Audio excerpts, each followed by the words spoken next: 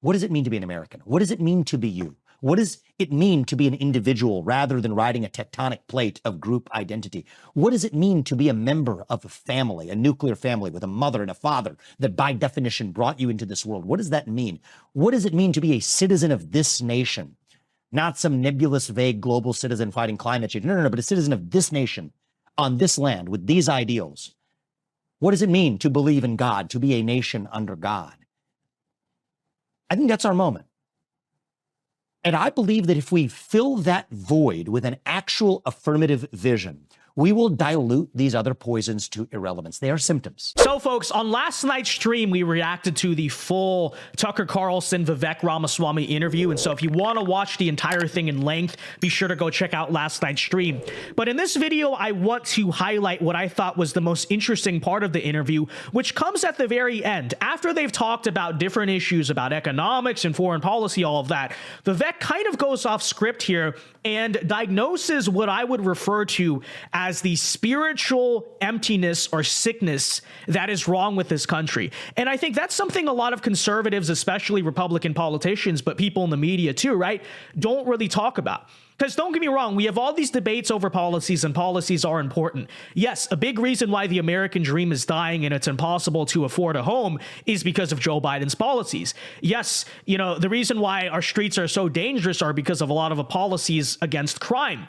However, I think it's also important to acknowledge that there's something deeper that's wrong here, right? Part of the reason you can't walk down the street besides anti-crime policies, not lack of them, I should say, is also because there's a breakdown of social trust, right? There seems to just be a general decline of morality. Part of the reason why it feels like the American dream is dying is not just because stuff is more expensive, but as Oliver Anthony points out in his, hit song that everyone's familiar with by now, Rich Men North of Richmond, there also seems to be just this general sense of a lack of meaning and purpose and just frankly identity in this country, right? And it's hard to truly put a bow on and understand and articulate, but everyone understands that there's a general lack of a sense of American identity these days. And I think until we as conservatives redefine an American identity, right? What does it mean to be an American?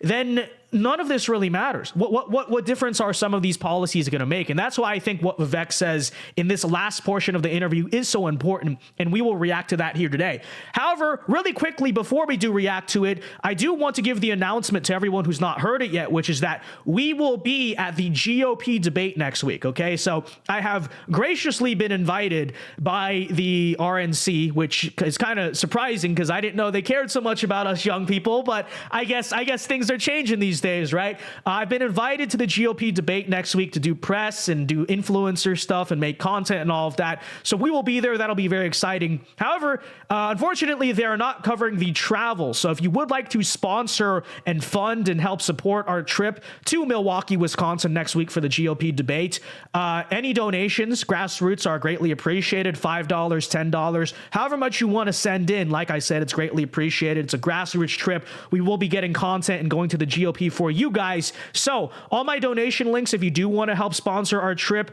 are in the description. Okay, I got PayPal, Venmo, Cash App. You can also send a super thanks directly here on YouTube. So like I said, just kindly asking anyone who wants to support, greatly appreciated. And while you are at it, comment questions below of what I should ask, because I'm going to be doing interviews.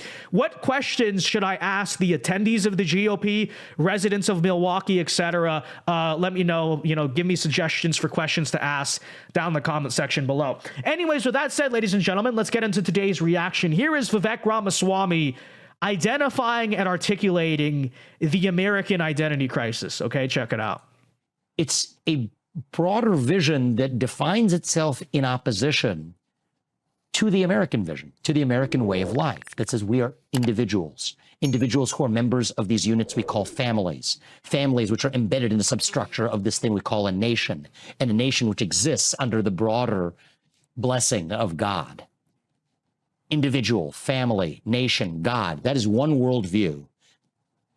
Which, just right off the gate, I want to say I appreciate him saying that, because I think part of what's also wrong with America today is actually hyper individualism. And I know that confuses a lot of conservatives because people say, well, we're conservatives. Aren't we for individualism? Well, I think that's what differentiates us from libertarians is we believe in individualism, sure, but individualism with duty. Right? You're not just an individual floating in space. You're a patriot, which means you have a loyalty and a duty to your community and your country. Conservatives believe in family. Family comes with duties, right? Conservatives, generally speaking, are religious. We believe in God. And so I think this is actually part of the problem. And you see this just in American culture, generally speaking, which is that everyone is so unbelievably selfish and narcissistic and self-driven, right? This is why you can't trust people because, yeah, true, everyone in this country is out for themselves. That is individualism gone wrong, right? That is hyper individualism. This whole, kind of culture in America, especially with young people, right? Of, oh, you do you, let me go to college and study liberal arts and take out $80,000 in debt and whoop-de-doo, I don't care, right? That in itself is kind of hyper individualism gone wrong, right? And young people today, part of the reason why they're just doing such lackluster things is because they don't feel a duty. They don't feel a duty to their bloodline or their family or to God or to their country. And so what you have in America today, in many ways, more than anything else, is selfish, people without duty and responsibility. So I'm so glad that when Vivek talks about this nation, it's not just about the freedom and liberty, which is true, but it's freedom and liberty with duty, with responsibility, not to the government, not to the state, quote unquote, but to the country, to the family, to God himself. I think that's very important. So I'm glad he pointed that out. And the thing we're describing here is an alternative worldview grounded in race, in gender, in sexuality, in climate. And one of the things that I feel for some of the people who subscribe to this religion, I somewhat felt for this woman, right? She wasn't, there are others like her. There's another one actually at the Iowa State Fair who had similar beliefs that did not comport him or her or they self, whatever this individual was, in the same civil manner that this woman did. He had a cowbell and it was ringing and was antithetical to having conversation. This woman at least having a conversation. I kind of felt for her because what I saw in her eyes was she's not an evil person who's trying to be a crusader for some faith to put the other side out of business. Those people exist. She was just lost, actually. Right? I don't know if it was harder to see on the camera, but I was face to face with her. And when I see that, it's why I also thanked her. I said, thank you for being civil in your exchange. And I'll give you the same courtesy in return. I mean, she was early 20s, best my guess. She's lost. There's a void there. Mm-hmm. Yeah. Right? With a lot of people. I asked her the question back. There's a blank stare you get in a response. It's almost the same blank stare as if I ask most young people on a given day, what does it mean to be American? It's that same blank stare. That's the void. It's like a deer in the headlights. And I think that this is our moment, our duty, our job as leaders. It's the job of the next U.S. president, might be the most important one of all, to fill that void with an answer to the question of what does it mean to be an American? What does it mean to be you? What does it mean to be an individual rather than riding a tectonic plate of group identity? What does it mean to be a member of a family, a nuclear family with a mother and a father that by definition brought you into this world? What does that mean? What does it mean to be a citizen of this nation? Not some nebulous, vague global citizen fighting climate change. No, but a citizen of this nation on this land with these ideals. Yep. What does it mean to believe in God, to be a nation under God? I think that's our moment. And I believe that if we fill that void with an actual affirmative vision, we will dilute these other poisons to irrelevance. They are symptoms. They're symptoms of a deeper cancer. That cancer itself is a void, a black hole. Fill that void with godlessness is what I would diagnose it as, but it's true. An actual affirmative vision of who we really are. That's got to be how we win. And the thing that frustrates me most, actually, about the Republican Party, Tucker, isn't even, the neoconism in our foreign policy. And I mean, it frustrates me deeply, but this feels solvable through an alternative set of policies, right? I can go do deals on a global stage and let's hope I'll be successful if I'm in that seat. I think I will. But this is actually the deeper challenge. You can only stand up with the spine abroad or in an economy or whatever if you at least first know who you really are. Yep. And I think that is the far more difficult question. It's not going to happen through policy, but somebody, it doesn't have to be a U.S. president. It could be it could be someone who has a media outlet. It could be a religious figure, but it could be a parent. Maybe it's not one person. Maybe, which is what I think the real answer is going to be. Maybe it's going to have to be leaders in the different spheres of our lives, each stepping up and speaking with conviction to the question of answering who we really are. Yep. And I think the U.S. president has a role to play there in answering who we are as Americans. And the thing that really frustrates me back about the Republican Party is, I wrote Woke Inc. a couple of years ago. You were kind enough to help me launch that book with you, and we had a great conversation, and a lot of people read it. And then the Republican Party starts reciting memorized chapter and verses from, not just my book, but maybe others like it, but mine included, but without actually knowing like what they're even talking about. They understand the word, they're uttering the words, but they don't really understand the phenomenon they're addressing, which stops you from actually getting to the true solution, which is actually understanding that there's a deeper void and vacuum that we have to fill with an affirmative alternative vision of our own. That takes courage. That takes vision. That takes some level of imagination of what is actually possible. You don't have to imagine it too much. It's been true for most of our history, so you can maybe just draw from that. That's how I do it. I don't want to reinvent the wheel. Let's maybe just borrow from the people who set this thing into motion. They had a pretty good idea of what they were doing. But that's what this moment calls for. And either we rise to that occasion and we take that 1776 spring spirit and we channel it into a revival of that once more, or else we will be the Israelites lost in the desert asking to go back and be ruled by the Pharaoh. And that's exactly what this nation is otherwise on a march to actually towards being ruled by, quietly becoming a people of sheep so our government can be a government of wolves. That's a perfect analogy. Vivek Ramaswamy, thank you very much. Good luck. Look at that. Just blew Tucker Carlson away. No, it's true. It is true. And here's the thing, right, is that you can agree fully with Vivek's vision or not, right? And I agree with most of it, but there are things I do disagree with him on, right? When we watched the full interview, I said, here, I'm a little bit skeptical of him on trade. I'm a little bit skeptical of him on immigration. And then there's one, there's some things I don't fully agree with, as I don't agree with every politician or candidate on. However, what I will say about him is that whether or not you personally like Vivek, I know some people love him and are voting for him. Some people think he's totally controlled opposition and they get mad at me for even platforming him.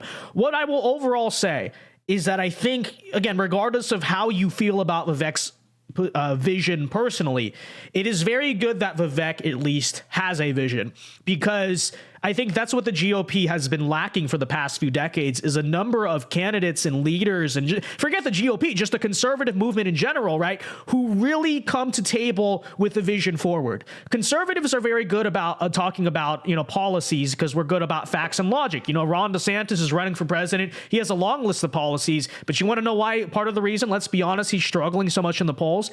What is his vision? Right? What vision do you sense or feel when you hear him talk? Oh, I'm a good governor in Florida, right? There's not really a whole lot there. That's why Donald Trump, especially when he came down that escalator in 2015, has stuck out and still does to this day stick out for so many people, is because he is something of a visionary. And I don't think he's the same type of visionary that Vivek is. I think Trump's vision is more so inherent and implicit. He doesn't have the way with words necessarily that Vivek has. They're different types of speakers, but that's also what sets Donald Trump apart, is that sense of a vision. I think that is fundamentally the problem that conservatism has had in so many levels, is that, we don't actually have a vision going forward for the future. We're very good at reacting. We're very good at looking at Bud Light or the stuff in the schools and saying, that's bad, we don't like it. But how often do you really, and I think I'm to blame for this too, I don't think I do it enough. How often do you truly hear a conservative say, okay, this is what's wrong with America, sure, we get it, but here's what I want America to look like. Here's my vision for the country. I don't think the Republican Party focuses on that a whole lot, just as a whole. I think partially it's because a lot of the candidates don't have a vision. And then very often the ones that do, the vision's just kind of silly and stupid. I would say Mike Pence, for instance, has a vision, but the problem is his vision is, let's return to 1980s cliches. And, the guy thinks he's the second coming of Ronald Reagan when he's not, and all of that stuff, right? And so the vision is just stupid, right? But a vision that sells to people, a vision that people can get behind. I think that's what conservatism needs ultimately, is identity, This is our problem. What is identity? What is our identity? We're anti-woke. Okay, sure, that's good. You know, anti-liberal. Okay, but what are we pro? What are we for as conservatives? That's why I appreciate when Vivek just says we're for God, family, and country. You know, because that says we're for something. As he always says, we're running to something. I think that's the problem in this party. Frankly, we don't have a vision, and we don't articulate it well. And like I said, I don't think that's just the GOP, in fairness. I think the conservative movement as a whole, the media space, you know, think about conservative media too for a second. How many truly visionaries do you have in the conservative media space? Tucker Carlson is a visionary. I 100% get that from him when he speaks. But think about the people you see on regular, let's just say Fox News, right? They may be very good at talking about certain issues. And don't get me wrong, God bless those people. They're legends of the conservative media space. What vision do they truly sell besides reacting to what the liberals do, right? Reacting to the news. We can't just react. We have to also proact. We have to have a vision forward. And I really like that Vivek sells something, you know, even if you can agree with all of it or not. I like that he is bringing something to the table. So, yeah, there it is, though. Let me know what you thought in the comment section below. If you watched last night's stream, if you watched the full Vivek Ramaswamy Tucker Carlson interview, let me know what you think. And until next time, folks, be sure to leave a like on the video right now. Subscribe to the channel if you are new. Consider joining the channel membership for exclusive perks. And again, like I said, if you do want to help sponsor our trip next week to Milwaukee, Wisconsin for the GOP debate, any donations are greatly appreciated. 5, 10, 15, 20, whatever you can give. We're grassroots funding here, okay? Again, PayPal, Venmo, Cash App, Streamlabs, all that stuff. Link in the description, so it's greatly appreciated. God bless you in advance. All right, and until next time, folks, Alpha Moves only. God bless. Have a very good day, and peace.